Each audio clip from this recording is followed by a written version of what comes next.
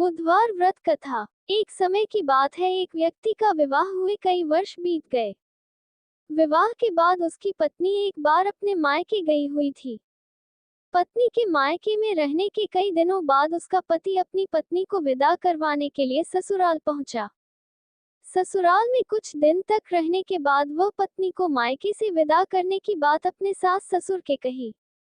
बुधवार का दिन होने के कारण उसके सास ससुर ने कहा कि इस दिन बेटी ससुराल नहीं जा सकती, इस कारण विदाई नहीं हो सकती है। लेकिन वह व्यक्ति नहीं माना और अपनी पत्नी को मायके से विदा कराकर अपने घर की तरफ चल दिया। रास्ते में जाते वक्त पत्नी को बहुत तेज से प्यास लगी, तब पति पानी की तलाश में इधर उधर भटकने लगा। काफी देर के बाद जब वह पानी लेकर वापस लौटा तो उसने देखा कि पत्नी के पास उसी की वेशभूषा में कोई अन्य व्यक्ति पत्नी के संग बैठकर बातें करता हुआ दिखाई दिया। दोनों व्यक्ति आपस में लड़ने लगे। पहले व्यक्ति ने गुस्से में दूसरे व्यक्ति से पूछना लगा कि वह कौन और क्यों उसकी पत्नी के साथ बैठकर बातें कर रहा है। फिर आपस में लड़ने लगे। दूसरे व्यक्ति ने कहा कि यह मेरी पत्नी है।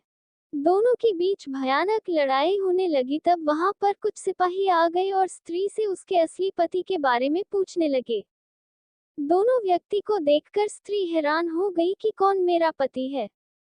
वह दुविधा में पड़ गई क्योंकि दोनों एक जैसे ही लग रहे थे।